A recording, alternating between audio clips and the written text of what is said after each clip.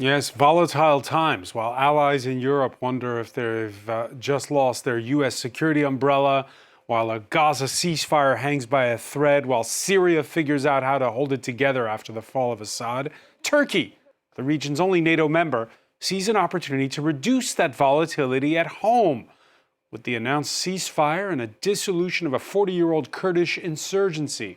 Why did Recep Tayyip Erdogan and imprisoned PKK leader Abdullah Ocalan agree to open a path to peace? Why now? Will it work this time? The pair have tried and failed before to bury the hatchet. We'll ask about the cross-border consequences in Iraq, where many guerrillas have their base, and in Syria, where Ankara-backed militias are openly fighting Syrian YPG Kurdish fighters. The secular Syrian Kurds, who as part of the SDF, have the backing of U.S. troops while they take on the remnants of ISIS. On that score, will that support from Washington be continuing? With Iran in retreat and Russia elsewhere occupied, how does the Trump administration see its role in the region and in this showdown? Today in the France 24 debate, we're talking about Erdogan's gambit. With us, independent journalist Ayşe Gül. Sir, thanks for being with us. Thank you for the invitation. Researcher Bilal Aktaş, former chief coordinator of the Kurdish language edition of the French news monthly Le Monde Diplomatique. Welcome to the show. Glad to be here. From Ankara, member of the Turkish parliament, Turhan Çömez, deputy chair of the nationalist IYI party group. Welcome. Deliver. The government did not. Hello from Ankara. Thanks for being with us. Thanks as well to Henry Barkey, who joins us from Washington, adjunct senior fellow for Middle East Studies at the Council on Foreign Relations think tank and professor at Lehigh University. Good to see you. So it's Henri, by the way, it's not Henry. Henri, excuse me. Très bien. Thanks for being with us. And by the way, if you don't like watching television, we have just the thing. You can listen to the France 24 debate wherever podcasts are streamed.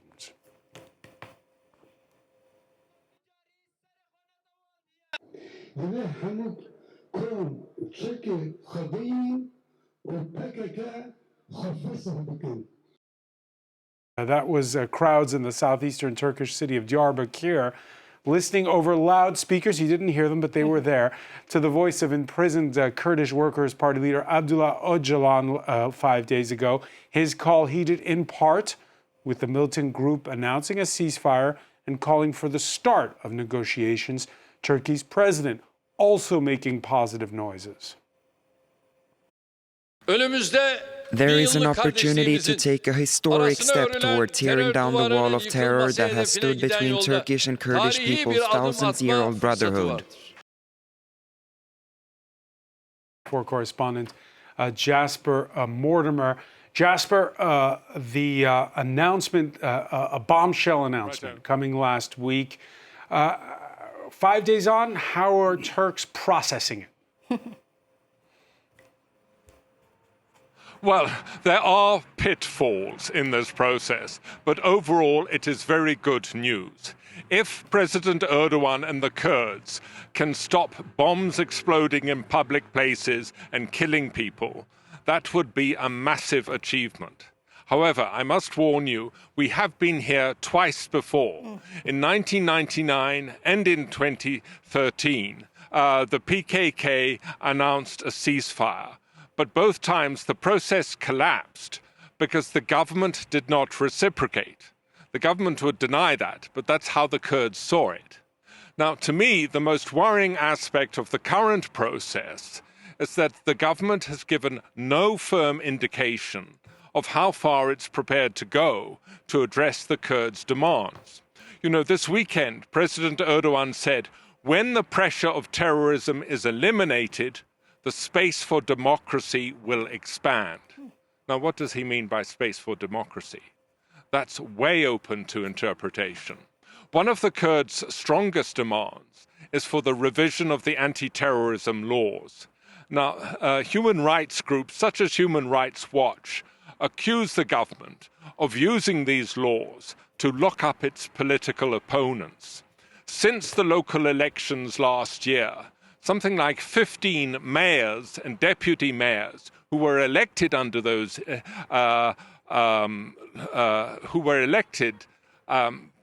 underneath the March 2024 local elections have been deposed by the government and replaced by official appointees. And some of those mayors are not Kurds, they're Turks. There are three big names. The Kurdish politicians, Selahattin Demirtas, Figen Yükseldağ, and the philanthropist Osman Kavala, who is ethnically Turk, who have been kept in prison for years, despite the European Court of Human Rights saying that their conviction under the anti-terrorism laws is unsound and they should be released.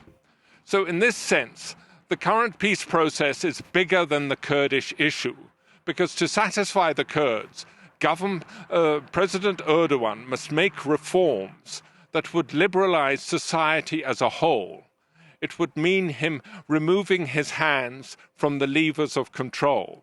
And there is considerable doubt over whether he's prepared to do that. You know, Gorbachev liberalized the Soviet Union. F.W. de Klerk liberalized apartheid South Africa. Both went down in history for doing so, but they both lost power. And I very much doubt that Erdogan is into the business of losing power.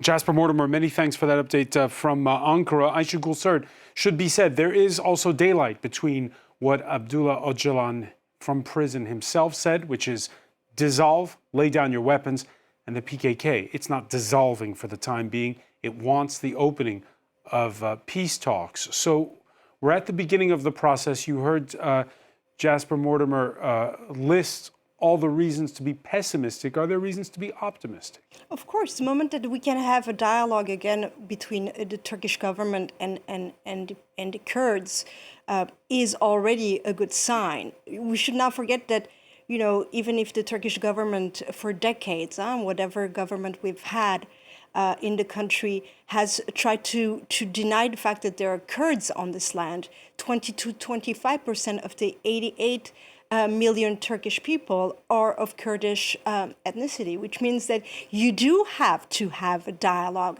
You do have to integrate them as a part of the system, and you do have to let them have their own rights, their own culture, their own language, to be able to name their children in the names that they wish to have. And that is a problem that they've had for a long time. I do hear what your correspondent in Ankara said. I do remember that in between 2013 and 2015 for The New Yorker, I was doing a lot of pieces. I was actually following Süreyya Önder, who's one of the delegation's names going between İmralı on the island where Öcalan has been since '99 and now. Island which is in south of Istanbul, in the middle of the sea. Exactly, where he was incarcerated for years on a solitary confinement. And so it is, I think his pessimism, your correspondence, comes from the fact that this is a déjà vu. This is not the first time that we are trying to do something. But the only reason why I'm a tad pessimistic, but I am also very open to be wrong about this, is that I think Turkey has never been in the past 20 years this far from within the country having a freedom and an air of peace. What I mean by that is that there's a dichotomy in Turkey that has been like that for years. And just as we are trying to do a peace deal with the PKK and to see what the negotiations will be, there are mayors and journalists and activists and lawyers who are Kurdish or who are Turkish but who do defend Kurdish rights, who are being incarcerated. So there's a dichotomy of what we are trying to do in Turkey, which is something that Turkey has always been done. It has always been on unfortunately on both sides, the dark and the light. So, Turan Çömez, let me ask you, are the stars aligning for a real reconciliation, the kind that's eluded the country for 40 years? And if so, why? First of all, we need to understand what's been going on, what's been happening in Turkey. And we should understand PKK is a terrorist organization. Up until now, this terrorist organization has killed more than 50,000 Turkish people. So it should be considered a terrorist organization. This is why we are saying that the sovereign country should not contact or try to negotiate with a terrorist organization. On the other hand, Aisha said that there are some issues, democratic issues, against Kurdish people. I totally disagree with this idea because in Turkey, yes, there are some democratic issues, there are some political issues, there are lacking of freedom of speech, lots of things. And Aisha gave some examples of people who are detained just because of the fact that they are Kurdish. No, this is not true. There are lots of people who are incarcerated because of the fact that they are against the government. For example, I'm a member of parliament. I used to be a member of parliament from 2002 and 2007, and I was a political advisor to Mr. Erdogan. However, I was against him. And after finishing my term, and he put me on a trial, and I was prosecuted for life imprisonment. And I stayed in the UK in exile for 12 years. So there are many issues going on. And Aisha again said that Kurdish people are having some issues. Of course, there are lots of issues going on in Turkey, but not only for Kurdish people, for also the Turkish people and the other people as well. And the main issue is lacking of enough democracy, lacking of enough rule of law, freedom of speech. And all people, not only Kurdish people, all people are being affected by this lacking of democracy. So we should fight for proper democracy in Turkey. And Erdogan has been serving in this country for more than 22 years. And he's saying that there is a kind of opportunity to negotiate and to develop democracy.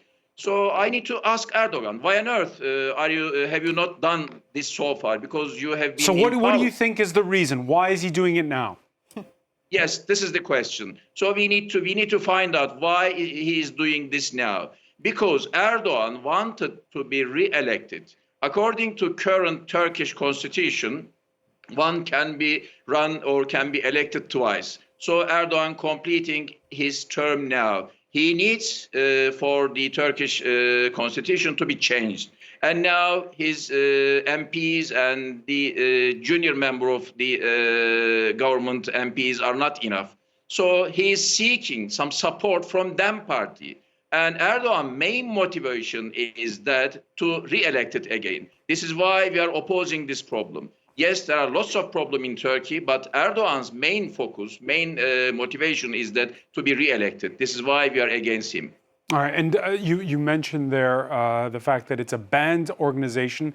It's a banned terror group here in Europe, the PKK. Last October, for instance, it claimed responsibility for the Ankara attack on the headquarters of Turkish aerospace industry that left 7 dead and 22 injured, and that's just one example. You heard our correspondent Bilal Ata say at the outset how among the general population in Turkey, there's mixed views. On the one hand, they'd like to see peace.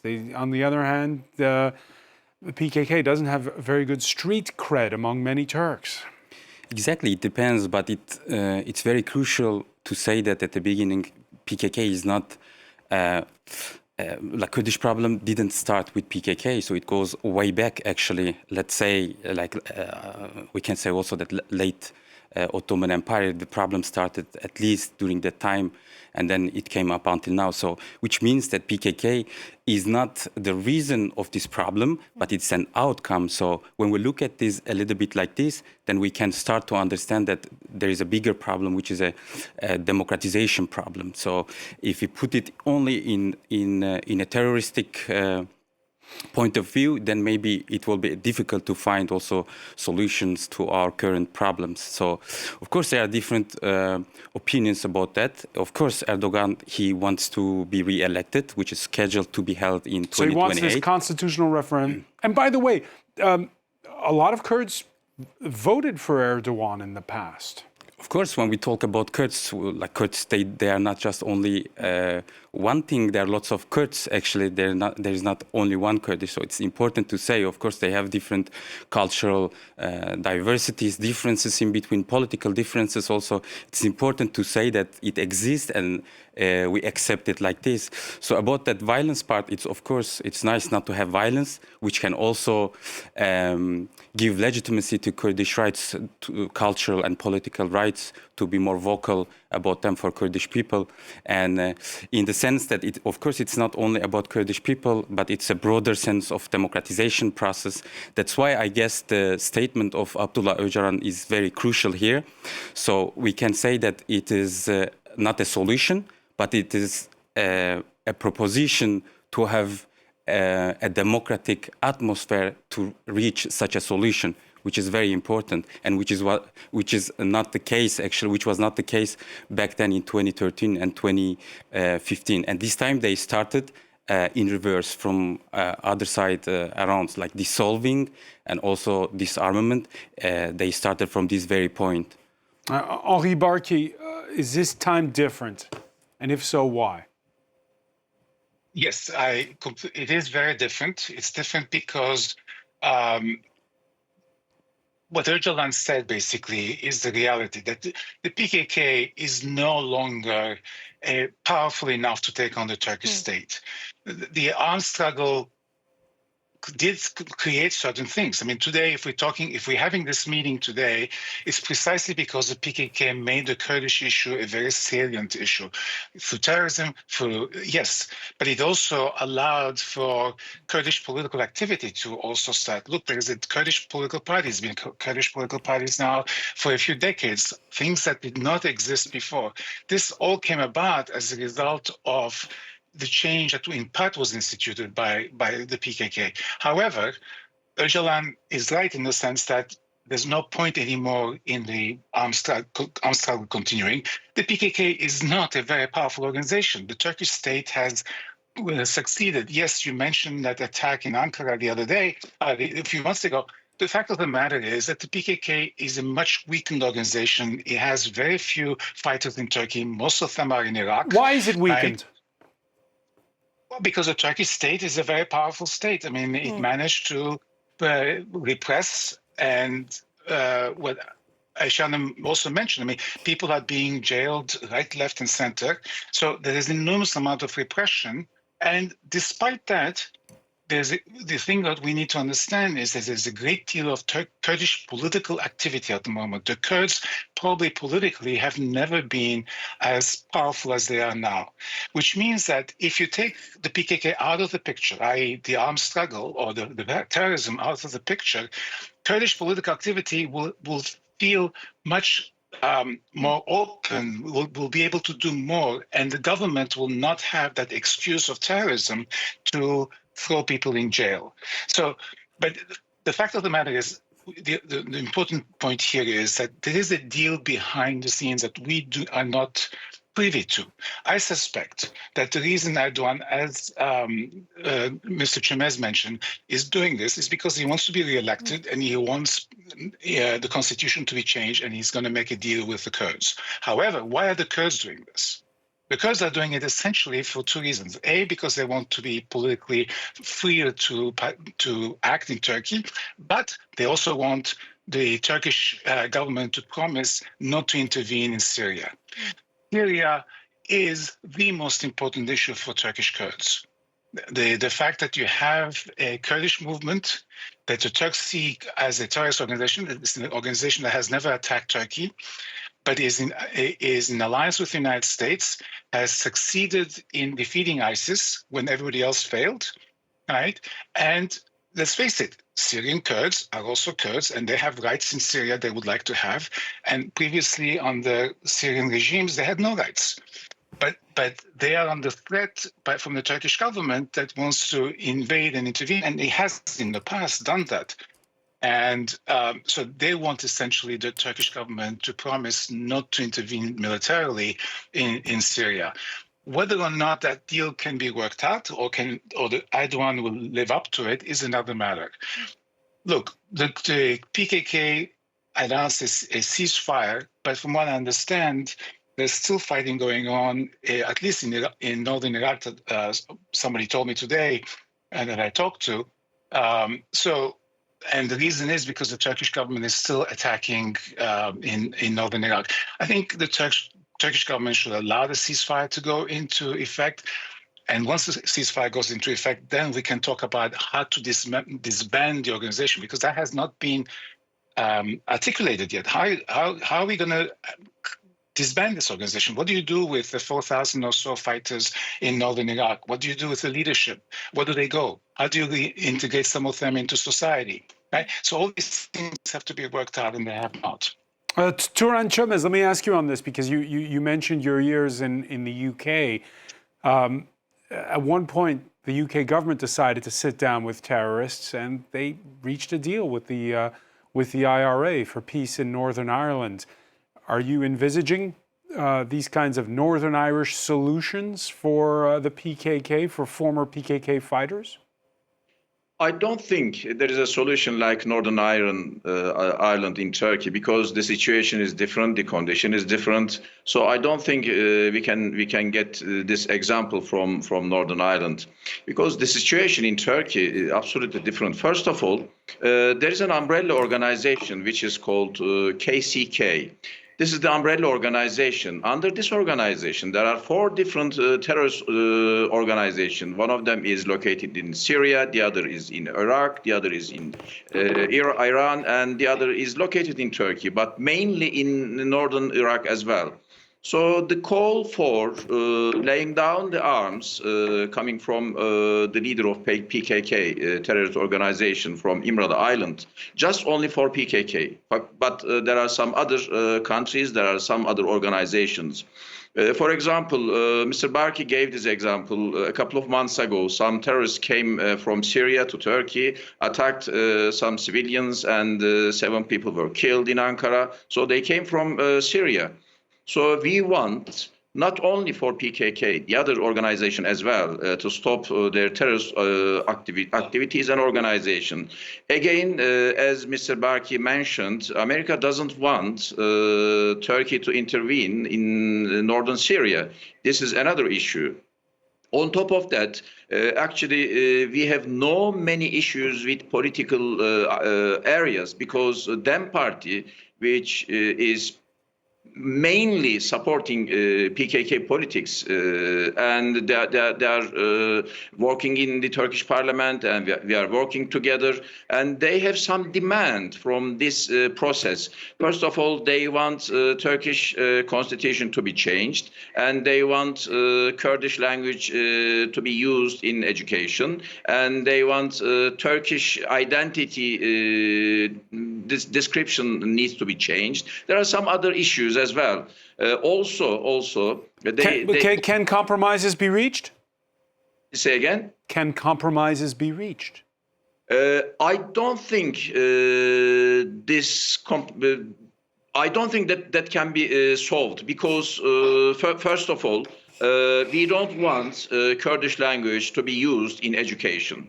This is an issue, but we support Kurdish people can speak their mother language, and we support this. And these are in education system, elective studies as well. So this is a constitution. In order to achieve this goal for DEM party, this constitution needs to be changed. This is why Erdogan is trying to negotiate with DEM party, because if Erdogan can reach an agreement with DEM party, then he may be able to change Constitution 101 for him to be re-elected. This is why negotiation is going on. However, let me bring in Bilal Aktaş on this, because that's an important point then. Your thoughts on this? We're going from a ceasefire for an insurgency that's lost, that's run out of steam, Henri Barki describes it that way, to discussing across the board what minority rights will be in Turkey going forward. Your thoughts on this? Yes, a couple of things. Like, first of all, constitution itself is not a holy text, so which means that we can change it. And when we need it, we have to change it. Actually, it's very crucial. And now the current constitution came out after a coup d'état. Actually, if I remind it to here, so which means that it was. You're talking about the failed coup against Erdogan. No, not against Erdogan. In 1980, there was a coup d'état back then, and then right. the constitution was drafted back then.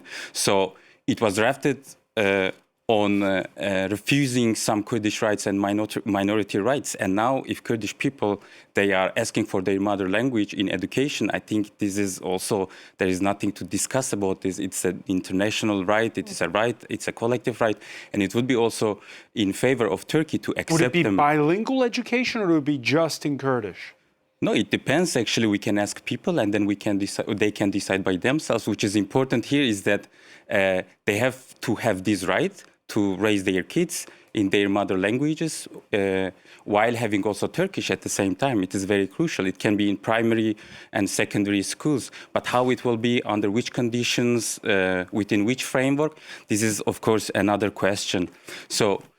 Once again, the problem is not only related to PKK, and it is much broader. It's also not only Erdogan's desire to become president once again. It's also a regional problem, and which should also include other Kurdish inhabitants. Let's talk about the regional problem. Across the border in Kurdish parts of Syria, last week's announcement met with cheers. Positive noises as well from the leadership of the Democratic Union Party, the PYD as it's known in Arabic, although officially it states that when it comes to ceasefires, what happens in Turkey stays in Turkey. This issue is related to the PKK. It's not directed at us and our forces. If this operation succeeds, we'll also benefit from it. If the PKK dissolves, then there'll be no danger to Turkey, and there'll be no excuse for Turkey to attack our regions. I should go, sir, what's the PYD going to do? Are they going to just say that's happening in Turkey, it has nothing to do with us? It's possible. The thing is that the lines are very blurred in terms of the militia in Iraq, in Syria, and in Turkey. So for decades, the PKK fighters have been actually training Syrian and Iraqi militia members. So it's because the PYD originally was an offshoot of the PKK. Is it still the case? It is, but you know, they're a part of. You asked a question saying why is it different now? It might be different now because the region is different now, which is coming back to what you were saying. Yes, the PKK is weakened, and that's a good news. I think there should be no militia as the PKK, which is a terror group, in order to represent the Kurds, because we should not forget that there are a lot of Kurds who do not bring their solidarity or support to the Kurd to the PKK or to Öcalan, and it's been the case for a long time. I think where we're a little blurring the lines here in the conversations that we are having is that there are two things here.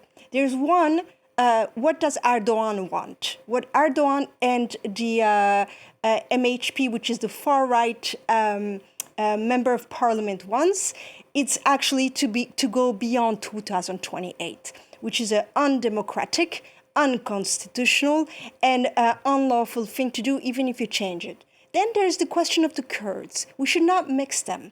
There's a reason why for decades, and kind of what you mentioned, this goes beyond 1980. This goes to the Ottoman Empire time, where there's a group of people, the Kurds, let's not forget, are the people that are the highest number of people who don't have a homeland today in the world, and who are trying to find spread across Iran, Iraq, Syria, and Turkey, and that have divisions amongst them, not only in terms of the Iraqi Kurds, but also amongst the Kurds who are in Turkey. But Mr. Çönmez mentioned something with which I agree. He said we should fight for proper democracy, and I do believe that proper democracy in Turkey goes through the fact that every minority has a right to exist, and which means that Turkey ought to to stop being afraid of the other and ought to accept the fact that its identity, that the reason why Turkey is a great, grand country is all these multi-ethnic, multi-religious and multi-language people who are a part of that land. It's only then Turkey can really reach its democracy, its freedom, and to live peacefully, which is a word you use at the very beginning, peace. Peace goes through acceptance of the other. And the moment that we say that we're not going to make any, you mentioned the IRA with Northern Ireland. Yes, the PKK and the Turkey issue is a different thing, but there are parallels. There are also parallels between Colombia and the FARC. And they were able to find common grounds of dialogue, which I do hope that Turkey, for its own sake, because let's not forget, what the Mr. Parliamentary said was very right. Unfortunately, there has been 50,000 people in the past four decades that have been killed by the PKK, and which is unacceptable.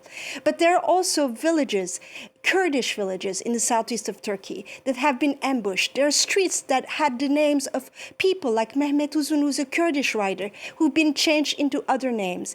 And since if we continue that way, we will never be able to find a proper democracy like it was mentioned. And you mentioned again how perhaps one of the changes is, again, what's the tectonic plates are moving throughout the region. And exactly a month ago, it was February 4th, Turkey's president receiving a visitor in the person of Syria's new interim president, former Islamist rebel leader Mohammed al-Shara. Open for discussion is the level of Ankara's support for the lightning offensive that toppled the Assad regime in less than 2 weeks back in December.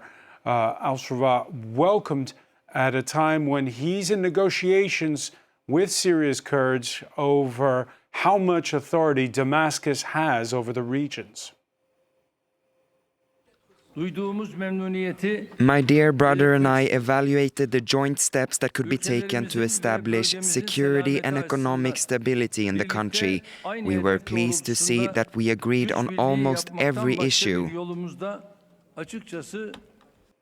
Almost all the issues. Henri Barkey, what does he mean by almost all the issues? Look, I'm not really sure. I mean, almost all the issues means probably the exception is the Kurds. I mean, what the Turkish government wants is for the HTS, the al-Shara's movement, to essentially take over the Kurdish territory that's run by the YPG, the PYD. Shara cannot do that. He's not strong enough. But listen, this is an interesting situation. We do not know exactly how much influence Turkey has over Shara. Shara has his own, obviously, interests and ideas. The problem with Shara is the fact that he's not really open to the minorities of Syria. I mean, he has shunned the Druze, the Kurds, the Alawites, who are also part of Syria, and essentially his organization is an Islamic offshoot of al-Nusra, which was a terrorist Islamic fundamentalist organization. We don't know where this is going yet. So at the moment, Shara wants the Kurds to dissolve themselves and individually join the so-called Syrian army, which doesn't really exist. So we're really at the beginning of the process. And Henri, that brings in the United States, which has still boots on the ground, particularly at Al-Tanf, where it's supporting the Syrian Kurds in their fight against the remnants of ISIS. Where's this Trump administration going to take it? The last time Donald Trump thought about pulling out the troops, but then in the end left them in. Look, it's very difficult to speculate about what Donald Trump thinks and wants to do. We're all at a loss here trying to figure out. I mean, he's rather whimsical, but let me put it this way. First of all, you have to understand that where this relationship between the United States and the Syrian Kurds come. When ISIS took over the whole northwest of Iraq and north of Syria, They defeated just about everybody. They defeated the Iraqi army, the Iraqi Kurdish army. They defeated the Syrian army. The only people who were willing to fight and push them back were the Syrian Kurds. Right? It was the PYD. President Obama at the time wanted the Turks to come in, and Mr. Erdogan said no. And we have to remember that, Turks call the PYD a terrorist organization. We have to remember that PYD lost, at the very least, at the minimum, 11,000 fighters fighting ISIS. Right? They are the only ones who managed to defeat ISIS. So the United States has a stake in the continuation of the PYD because ISIS is on the rise. ISIS, especially now in the chaos of Syria, ISIS has been making advances. We know ISIS is not dead anywhere else. Everywhere in the world, it's actually quite active.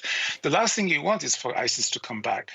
And the PYD also runs a bunch of prisons in which you have 10,000 ISIS fighters and also 40,000 ISIS family members, wives, children, etc., all of whom are actually quite ideological. So those prisons, if they were to be, shall we say, open up, all these fighters will go back into fighting. So that's why the United States has troops there to support the Syrian Kurds.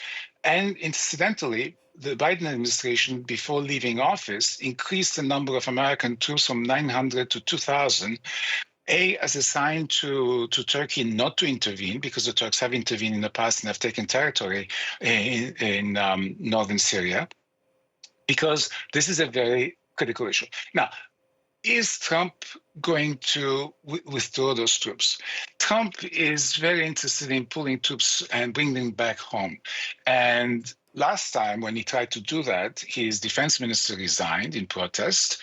There was a great deal of turmoil. But things also have changed in the Middle East. Right? Now you have an Islamist government in Damascus whose future and intentions we know nothing about. On the other hand, both Iran and the Syrian government and Hezbollah have been all defeated.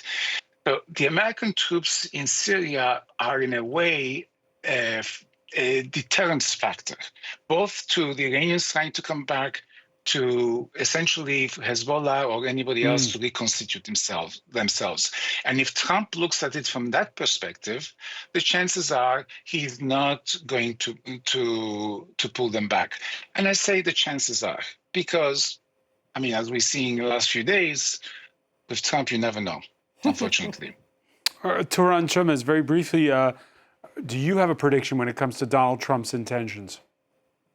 Say again, I couldn't hear you. Do you have a prediction when it comes to Donald Trump's intentions, when it comes to those U.S. troops that back the Kurdish-led militias in Syria that are fighting the remnants of ISIS? I understand Mr. Trump wants to benefit from this process because, as far as I know, he wanted to pull the American troops back to the U.S. So he wants Turkish government doesn't intervene Syria. Probably he can achieve this goal, but it will take some time.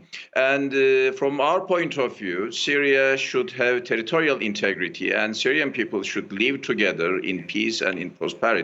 So this is very important for us. A couple of minutes ago, Aisha said that minorities should have the right to exist. Absolutely true.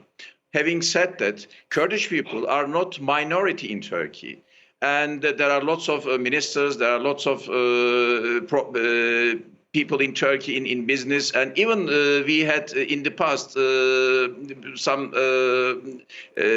people in the government from Kurdish people. So it's very important for us, for everybody, to be equal and live in peace and prosperity. And these people are not minority, they are equal, they are taking some role in government, and we have lots of Kurdish people in the Turkish parliament from different parties. Even in our party, we have some Kurdish people as well. So, all right, so disagreement on that. We're running short on time. I just want to ask, because at the heart of it all is, again, this request made from prison by Abdullah Ocalan, a charismatic 75-year-old leader who back in 1984 turned his separatist political movement into an insurgency. He's been under lock and key in Imrali, that small prison island that Ayşe Gülsert was mentioning earlier in the Sea of Marmara near Istanbul, ever since 1999, when he was arrested in Kenya and extradited under murky circumstances, reportedly involving a gaggle of spy agencies. Bilal Ataktaş, how much influence does he have after so many years in prison over militant groups?